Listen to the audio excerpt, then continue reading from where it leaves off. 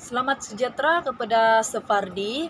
Kami dari kumpulan 5. Hari ini kami akan membentangkan tajuk perapatan dalam kalangan ibu bapa dan kanak-kanak. Kami terdiri daripada 7 orang.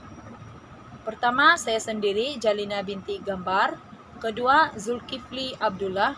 Ketiga, Marcella Rozim. Keempat, Asni Asnani Nairi. Kelima, Bibiana Yulinda Fedrik. Keenam, Nur Yaznina Fatin binti Safarudin. Dan yang terakhir, ketujuh, Nur Azliana Natasha binti Rustam. Seterusnya kita akan pergi kepada pengenalan. Di dalam pengenalan ini, kita akan belajar mengenai apa itu perapatan. Perapatan merupakan hubungan kasih sayang antara anak dan ibu bapa serta persekitaran. Ini adalah menurut John Bowlby 2011, di mana beliau mengatakan dan berpendapat bahwa perapatan itu adalah satu hubungan kasih sayang antara anak-anak dan ibu bapa dan persekitaran mereka seperti tempat kediaman. Seterusnya, Pipp dan Hormon 1987 berpendapat bahwa perapatan itu ialah sejenis hubungan emosi yang kuat antara dua individu yang cuba dikekalkan melalui kemesraan fizikal seperti sentuhan, penglihatan, pendengaran, senyuman, atau percakapan.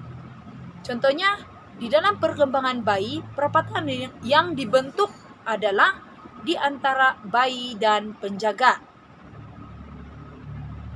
Menurut Erikson 1986 pula, tahun yang pertama merupakan jangka masa yang sangat penting untuk membentuk ikatan atau perapatan antara bayi dan penjaga. Contohnya, kita dapat melihat respon yang ditunjukkan oleh ibu atau penjaga kepada bayi, seperti kasih sayang dan perhatian yang penuh.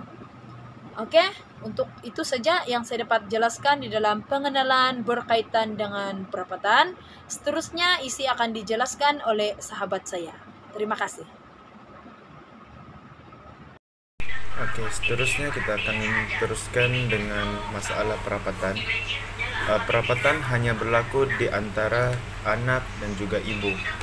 Kebanyakan kanak-kanak tidak ada masalah perapatan dengan ayah mereka. Perkembangan emosi kanak-kanak bermula dari mereka bayi dan juga dari kandungan lagi. Oleh itu, mustahil kanak-kanak mempunyai hubungan yang lebih tinggi dengan ayah mereka. Contohnya, anak lebih rapat dan selesa bersama ibu mereka berbanding dengan ayah. Hal ini kerana ibu merupakan insan yang lebih dekat dengan mereka sejak kecil berbanding dengan ayah, seperti mengasuh, menjaga, menyusukan mereka dari mereka kecil sehingga mereka besar. Seterusnya, membawa kepada masalah sikap kanak-kanak yang tidak terbentuk dari kecil. Mereka belajar berhubung dengan orang lain mengikut cara yang telah didedahkan oleh budaya setempat, menyebabkan anak-anak tidak mendapat didikan yang positif. Contohnya, kanak-kanak yang tidak menghormati ahli keluarga dan sebagainya. Oke, seterusnya, kanak-kanak yang tidak mempunyai hubungan perapatan dengan ibu bapa juga akan menghadapi masalah tekanan hidup seperti masalah emosi. Contohnya, kanak-kanak akan beranggapan bahawa ibu bapa mereka tidak peduli lagi dengan keberadaan mereka dan melakukan sesuatu yang di luar jangkaan seperti mencuri, memukul anak-anak yang lain, dan sebagainya. Masalah perapatan yang keempat ialah hubungan kekeluargaan yang semakin renggang. Seperti ibu bapa sentiasa sibukkan diri dengan urusan mereka masing-masing. Masalah perapatan yang kelima adalah sikap ibu bapak dan kanak-kanak itu sendiri. Bapak dan kanak-kanak tidak mewujudkan suasana harmoni dalam keluarga mereka. Keadaan seperti ini boleh membuatkan hubungan antara kekeluargaan semakin terjejas. Kanak-kanak lebih suka berada di luar rumah karena mereka akan merasa bebas dan mengambil ketenangan di luar. Masalah perapatan yang keenam adalah pengaruh ibu bapak terhadap rekan-rekan mereka di luar. Hal ini boleh menjarakan hubungan di antara ibu bapak dan kanak-kanak tersebut. Perapatan yang ketujuh dan terakhir adalah masalah penggunaan gadget yang berlebihan di dalam kalangan keluarga mereka. Hal ini mewujudkan sosialisasi di antara dalam kalangan keluarga tersebut terhad dan semakin terjejas. Apabila kanak-kanak dan saudara mara berkumpul, perbualan di antara mereka semakin berkurang karena sibuk dengan gadget mereka masing-masing. Ini menyebabkan, dan ini juga dapat dilihat, kemesraan dan keriangan dalam sebuah keluarga tersebut seperti tiada. Dalam keluarga tersebut akan terkubur. Saya akan membentangkan tentang kaidah penyelesaian.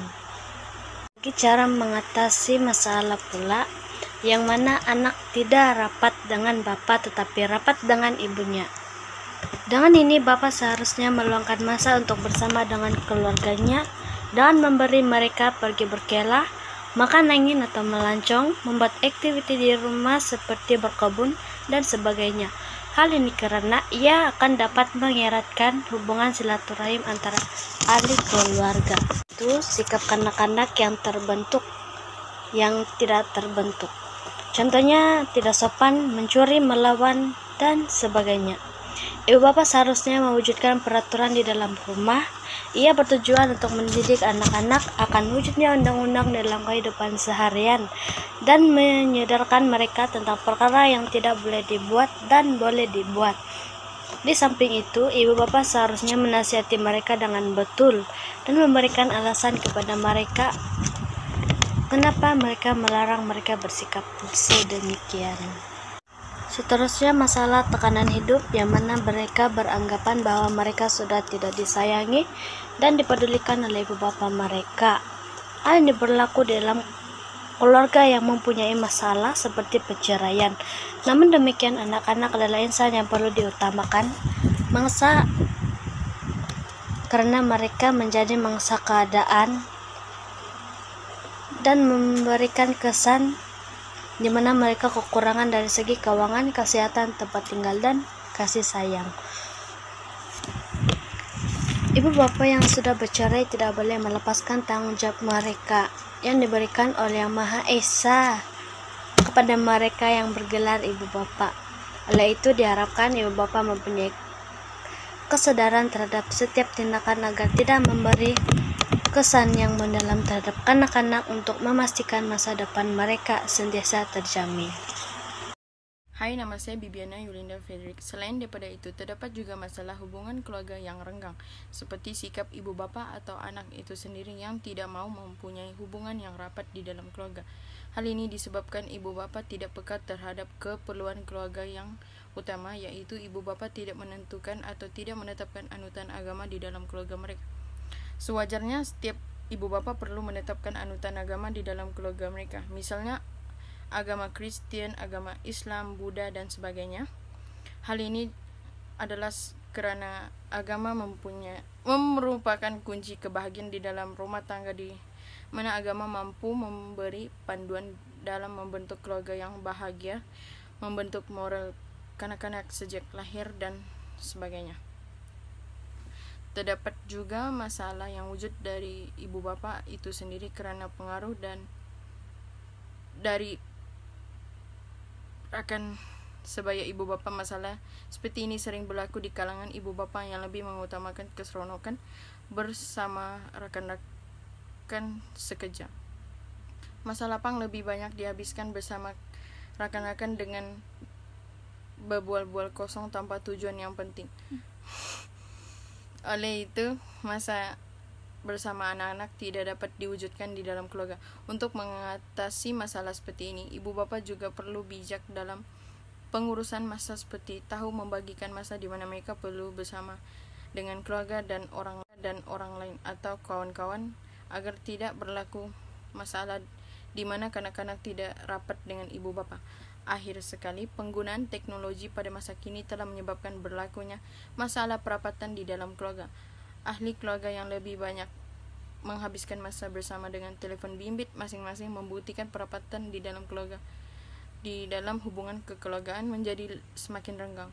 Untuk mengatasi masalah seperti ini, ibu bapa dan anak-anak perlu menetapkan masa atau waktu yang sesuai di mana telepon bimbit itu tidak perlu digunakan, misalnya sewaktu berada di meja makan dan sewaktu berbual dengan keluarga.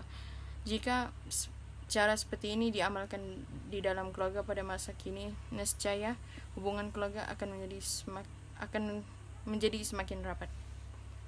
Assalamualaikum dan selamat pagi kepada Safardi.